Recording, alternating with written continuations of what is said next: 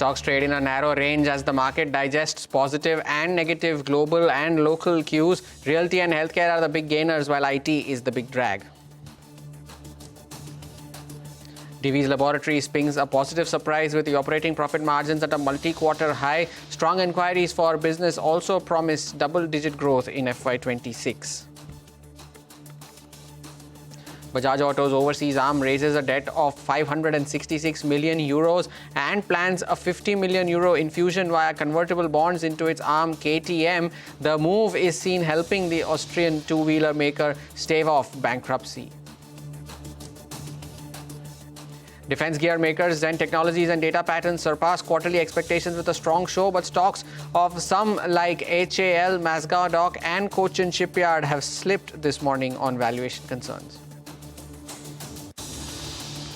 And Delivery has reported a strong quarter with significantly higher margins riding on strong volume growth in the part truckload business, even as the express parcel vertical sees a slowdown.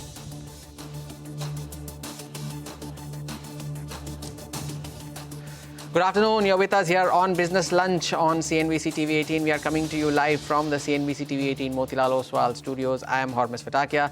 Well, it's a day of consolidation for the markets, if you could call it that. It was a similar session on Friday as well, and we seem to be following that pattern going into today's session as well. An absolutely range-bound trading session, a range of what? Almost 70 to 80 points all through the day, 24,980 being the lows, and 25,050 being the highs. So around a 70-point trading range is where the Nifty has continued to meander all through the trading session in today so far. We'll pull up the Nifty Bank as well. That too continues to remain quiet. And it is also, although it's a slight outperformance compared to the Nifty, 0.5% higher there on the Nifty Bank and 270 points higher on the index. But the broader markets are the ones where the action lies. The mid-cap index, the small-cap index, the mid-cap index continuing to trade with gains of around 0.6%. The small-cap index doing better on the gains front, 1% higher there as well, continuing to hold on to those gains. Some stock-specific movers, we just mentioned Delivery in the headlines, 11% higher on that stock after its results. The change in depreciation method aiding its profitability.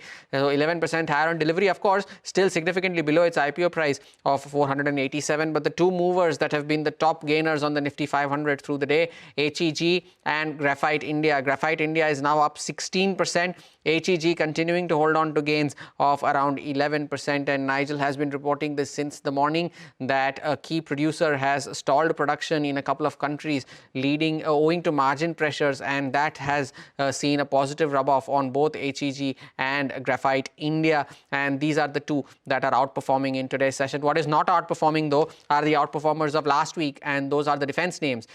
Be it the Mazgaon Docks, the Cochin Shipyards, the Garden Reaches, all of them have come off opening highs, seeing some bit of profit booking in today's trading session as well, barring the likes of BEML actually, all of them trading in the red currently. BEL of course at the flat line, set to report results anytime now. So sticking with the defense space, the Defense Acquisition Council has granted the Indian Armed Forces emergency powers to procure necessary equipment. Parikshit is joining in with more details on this. Parikshit, tell us, what are you picking up? Well, this confirms a CNBC-TV18 news break that the government is all set to go in for emergency procurements and replenishment procurements as well. We had reported a few days ago how the industry expects orders to the tune of 39,000 to 40,000 crores for all equipment and ammunition that was used up during Operation Sindoor, and to replace that as well. Now we have confirmation that the Defense Acquisition Council met recently and gave its approval to authorize the armed forces to go in for emergency procurements. Now this is for loitering munitions, anti-tank guided missiles, counter UAV systems, including drones, and also artillery ammunition for the Indian Army. Now the acquisitions will take place for all three services.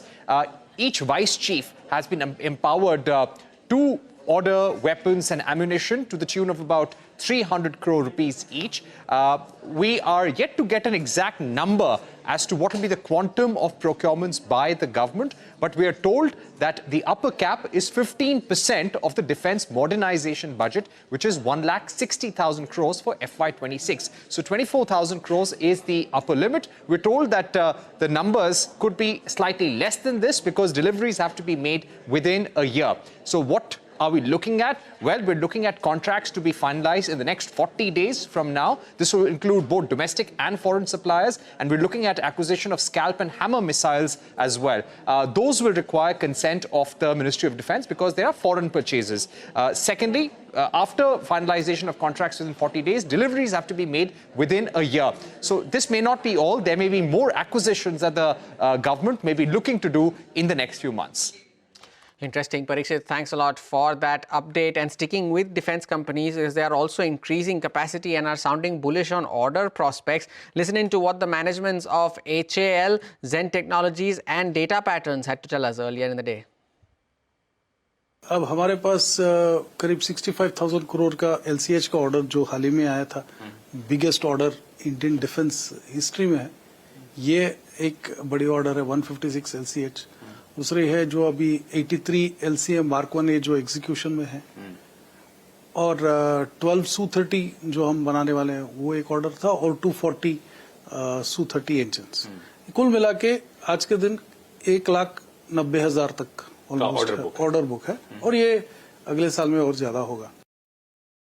Execution में दो हमारे principles है। एक है capacity expansion. तो हम जैसे देखिए LCA के लिए 2 लाइन बैंगलोर में है जो 8 ईच बना सकते हैं 16। तीसरा लाइन अभी नासिक में बन रहा है, और उसका पहला एयरक्राफ्ट शायद हम सोच रहे हैं जून में पहले उड़ान भरेगी वो। तो एक तरफ कैपेसिटी एक्सपेंशन LCA के लिए, दूसरी है 240 इंजन्स जो कोरापुट में बन रहा है, वहां पे कैपेसिटी एक्सपेंशन हो रहा है, और तुमकुरू प्लांट जो है हेलीकॉप्टर्स के लिए, वहां पे LUH बनेगा, LCH। तो हर जगह पे हम कैपेसिटी में इन्वेस्ट कर रहे हैं।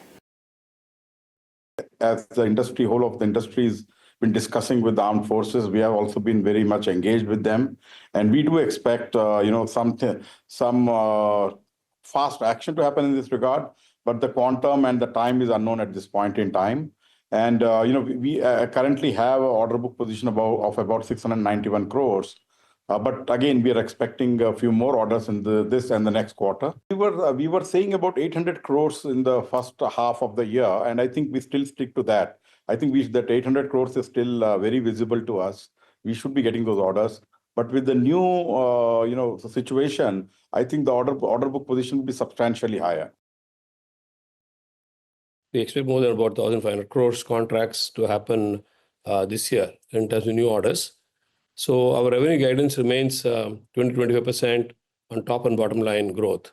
We expect in the first half we should get probably 600 to 800 crores of contracts, and the rest, about 1,000 crores orders, we expect during the course of this year.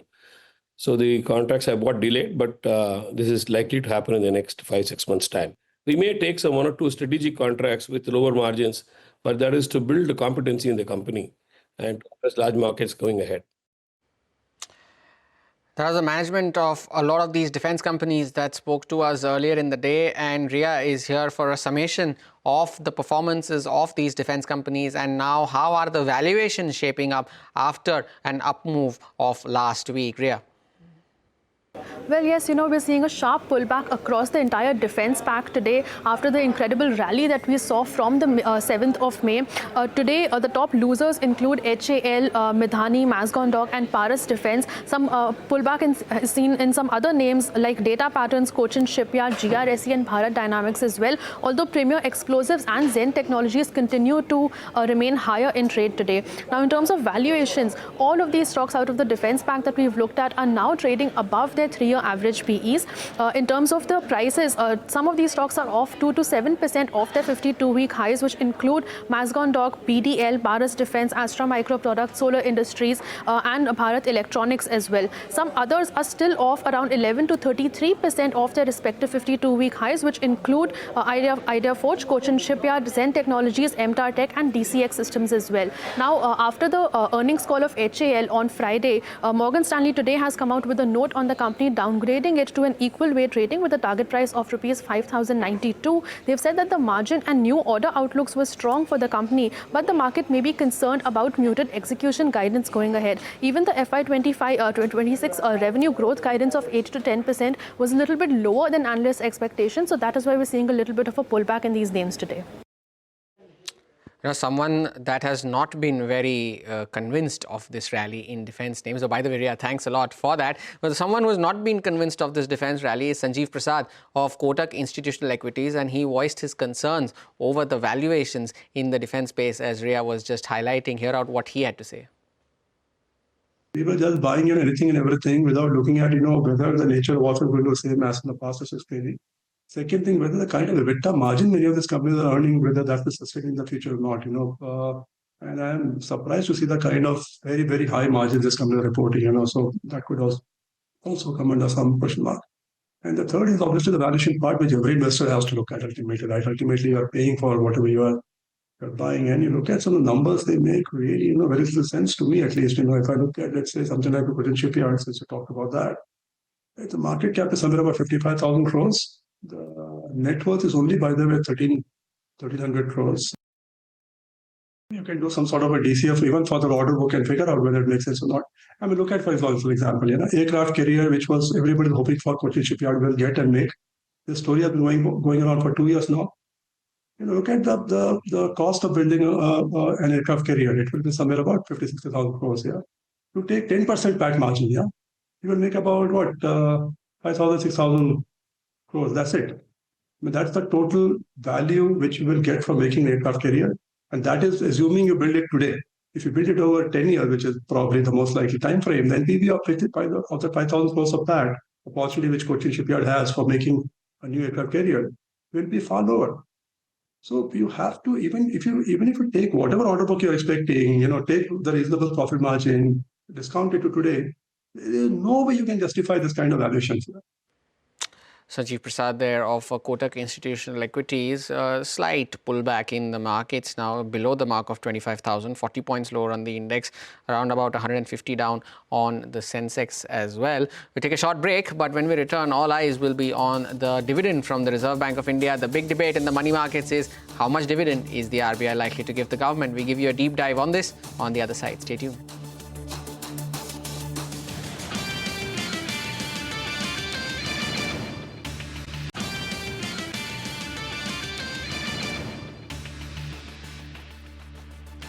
Welcome back. Now, the big debate in the money markets is how much dividend the RBI is likely to give the government this time around. Now, a CNBC-TV18 poll sees that figure at 3 trillion rupees. Lata is here to explain why the dividend may be even more than the poll. Lata. Well, this week, markets, especially bond markets, are keenly awaiting the Reserve Bank's dividend. As per the budget estimates, it should be around 2.5 trillion rupees. In fact, a little less, versus 2.1 trillion that the RBI declared last year. However, there is a widespread feeling in the market it will be more than 2.5 trillion. So we did a poll, and a poll of economists, which indicated that the dividend may be 3 trillion rupees. Here's why the market is expecting a bigger dividend. The Reserve Bank of India data shows that RBI has sold a whopping $415 billion in FY25, that is from April 2024 to March 2025. This compares with sales of only $153 billion in FY24. Now, every time the Reserve Bank sells a dollar, it will be at the current price, at right now 84 or 85 rupees, but its purchase price is calculated as the average of all the reserves that it has accumulated. Right now, it works to around 78 rupees. According to experts. So, the Reserve Bank had made about 6.5 rupees profit every time it sold dollars in FY25. That means the Reserve Bank made 6.5 rupees multiplied by 415 billion. That is 2.7 trillion rupees. In FY24, if you saw the math, the Reserve Bank sold only $153 billion, and therefore it made only 1.2 trillion rupees. So only on this count, on dollar sales, the surplus of the Reserve Bank in FY25 would have been 1.5 trillion rupees more than in FY24. Last year's dividend was 2.1 trillion, so this year's can be 3.6 trillion rupees, according to this math. However, there are two other important components of the RBI's income, and they are interest income on foreign securities that they hold and Government of India bonds that they hold. Now, RBI's foreign securities holding as of March 31 was a whopping 48.6 trillion, but that's only marginally higher than what it was last year as of March 31, 24. It was about 48 trillion. While Reserve Bank of India's India securities, Government of India securities, was 15.6 trillion in FY25 end, slightly higher than 13.6 trillion last year, that is FY24.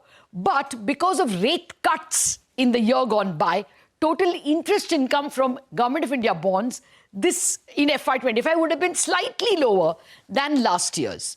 In short, RBI's income is expected to be 1.5 trillion more than last year, largely because of profit on dollar sales. Now let's come to expenditure. As for RBI's expenditure, the big change, a changing element, if you can call it, is how much Reserve Bank transfers to the contingency reserve fund. Salary and all that remain the same. Now, the Jalan panel requires that RBI has to keep 5.5 to 6.5% of its balance sheet as reserves. In FY25, an RBI panel reviewed the rule. But we don't know if they changed this 5.5 to 6.5 requirement. As of March 2024, Reserve Bank's reserves were at 6.5% of the balance sheet. Now, RBI may exercise its option and bring down the reserves to 5.5%. That is still within Jalan Committee rules, given that there are higher defense expenses for the government this year. Also, there is no fear that higher money printing will increase inflation because this year, CPI inflation is expected to remain below 4% for the entire year. Hence, the expectation that the Reserve Bank may declare a 3.5 trillion rupee dividend this year. Very interesting. All eyes on the RBI dividend. Lata, thanks a lot for that. But the big breaking news flashing at the bottom of your screen that the Supreme Court has dismissed Vodafone Idea's petition for the waiver of the AGR dues. Remember, Supreme Court, the Vodafone Idea had filed a writ petition seeking an urgent hearing on seeking relief of up to 30,000 crore rupees worth of AGR dues, and that petition has been dismissed by the Supreme Court. The Supreme Court has gone on to say that they've called the petition shocking and have deemed it misconceived, and you can see the nosedive that shares of Vodafone Idea have taken after the plea has been dismissed, 9.5% lower on the stock. Also see if there is a reaction on Bharti Airtel, because following Vodafone Idea, Bharti Airtel too had filed a petition in the Supreme Court saying that if there is relief that is granted, it should be granted on an equal basis to all license holders without any discrimination. And Bharti Airtel, no significant reaction there, but the bigger impact has been felt on Vodafone Idea, almost 10% lower now on the stock. Vodafone Idea, remember, had warned last week that if there is no further government support that has been given, and so in that case they will not be able to continue beyond FY26. That was the warning that Vodafone Idea had given, and as a result of the fall in Vodafone Idea, a cascading impact, as you can see, on Indus Towers as well, 3.5% lower on that stock as well. At the lowest point of the day is Indus Towers. So the big story as of now is that the Supreme Court has rejected Vodafone Idea's plea for a waiver of their AGR dues. We'll get Ashmit on the line in just a bit, but for now, that's the story that's breaking on your screens. Indus Towers, Vodafone Idea, both of them seeing an impact. Remember, Indus Towers had just begun to receive a lot of these dues that were pending from Vodafone Idea's end. That had driven a re-rating of the stock in anticipation that once things get better with Vodafone Idea, Indus Towers will be able to repay its shareholders in the form of dividend and so on and so forth. That has not transpired, in at least for this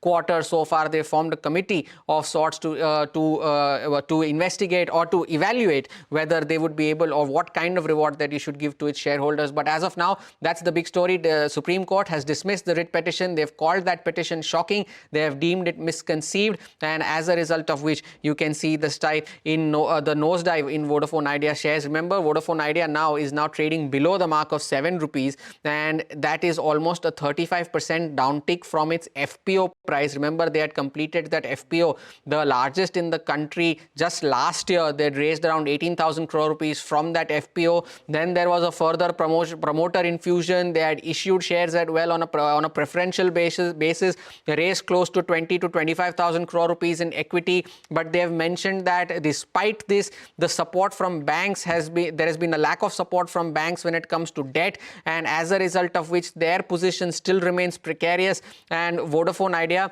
that is, of course, they're now trading around about 35% below its FPO price of 11 rupees. And if you take the 2024 peak, which was around 19 rupees that the stock had made, that stock is now down almost 60 to 65% from those levels. So that's Vodafone Idea for you, the stock of the afternoon so far. The big news flashing on your screens is that the plea for the waiver of the AGR dues has been rejected. We'll get you more information on this as the day goes by. We'll get Ashmit on the line in just a bit as well. He's been on top of this petition. No significant impact on Bharti Airtel. Of course, they had, following Vodafone Idea's footsteps, had announced that they had also filed a plea in the court saying that if there is any relief that is granted, it has to be on a non-discriminatory basis.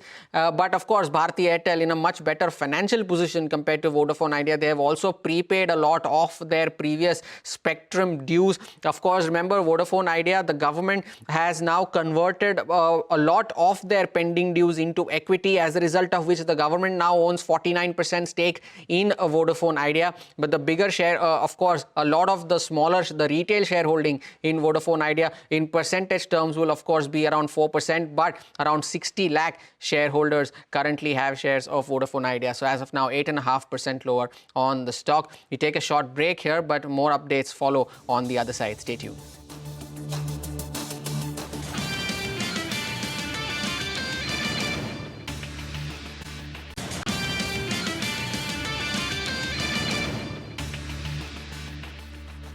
Welcome back. Staying with the big story that has been breaking on your screens with regards to Vodafone Idea. Ashmit is now joining in with more details on this. Ashmit.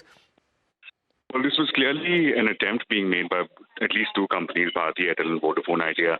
However, the Supreme Court has come heavily on both. The Supreme Court is of the view that these petitions are entirely misconceived, that these petitions are being filed despite there being very clear, explicit Supreme Court orders which have denied relief earlier, and that this is not something that the apex court will be kind to. This is not something that the Supreme Court will allow, and towards that end has made it abundantly clear that it is rejecting, it is dismissing the application. Now, the reason this is significant is because both these players, Bharti Airtel, but more Vodafone Idea, had made this a plea of last resort, so to speak. Vodafone Idea, we understand, had also made representations to the government seeking some relief. The ominous outlook that Vodafone Idea had given to the government is that if this relief doesn't come their way, then it will result to the company going into NCLT, into insolvency. It cannot survive beyond FY26. Very ominous figures is what Vodafone Idea had shared with the government. And this, they had come to the apex court because the government had said that our hands are tied. We cannot allow the relief on account of previous Supreme Court judgments. And it is a revision of that was sought as a part of this petition. However, the Supreme Court saying that we will have none of it, the petitions being dismissed, and therefore, in a way, trying to close the chapter as far as securing AGR relief from at least the Supreme Court is concerned. Ashmit, stay on, because we also have some reactions lined up as well. Mr. H.P. Ranina is the senior advocate of the Supreme Court, and Shiju PV, the managing partner of India Law LLP, are joining us now for a quick reaction. Mr. Ranina and Shiju, good afternoon. Thank you for joining in. Mr. Ranina, first to you. It was almost as if it came across as if Vodafone Idea was trying to delay the inevitable here. But what do you make of this now? What lies ahead for Vodafone Idea after the dismissal of this petition? Well, this petition had to be dismissed because it was a review petition based on what the Supreme Court had already taken a view. So unfortunately, they keep on going to the court on a review petition. Review is only to be done in an exceptional case where there's a fundamental error in the order of the Supreme Court. But this is not a subject for review petition. So now the only solution is you cannot go to the Supreme Court anymore. Supreme Court has shut its doors on you. Only thing you can do is appeal to the government. Government can then give you some relief. Government can give you time to pay the HAR. Government can reduce it if they so wish. It is entirely a government is concerned now. If government wants to support the telecom sector, then we have to take certain action. You know, Shiju, what does, and as Mr. Ranina said, right, the court has now shut the doors for Vodafone Idea, and now they'll have to go to the government to seek more support. But what more can the government do here? Because they already have 49% stake in the company. They still have around significant amounts still due to them. What next for them? See, basically, it is a classic case of government is taking a very reactive action and letting the court to make the policy decision.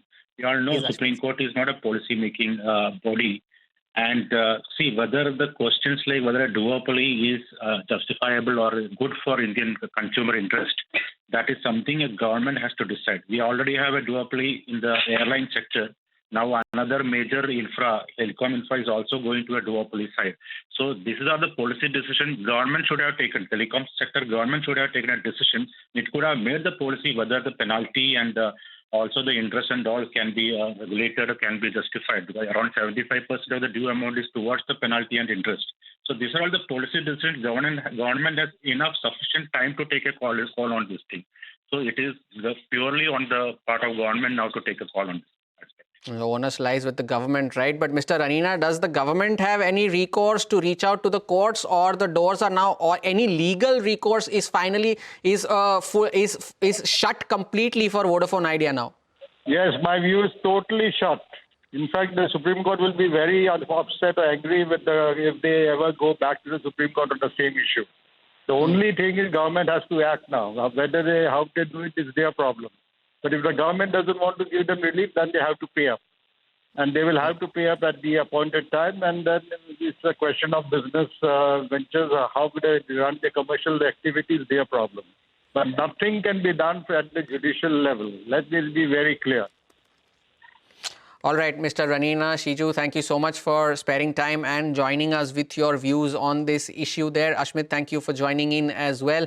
The big story of the afternoon that the Supreme Court has dismissed Vodafone Idea's writ petition seeking urgent relief for AGR dues. The stock 8.5% lower, and as an impact of that, Indus Towers too has slumped to the lowest point of the day. Both Mr. Ranina and Shiju in a consensus view saying that the ball now lies in the court of the government, and that any legal further recourse for Vodafone Idea appears to be shut. So that's the story that we are tracking this afternoon. But we take a short break here on Business Lunch. From me and the team that put this show together, thank you so much for watching. We leave you with the market still consolidating around that 25,000 mark. Mid-cap radar on the other side.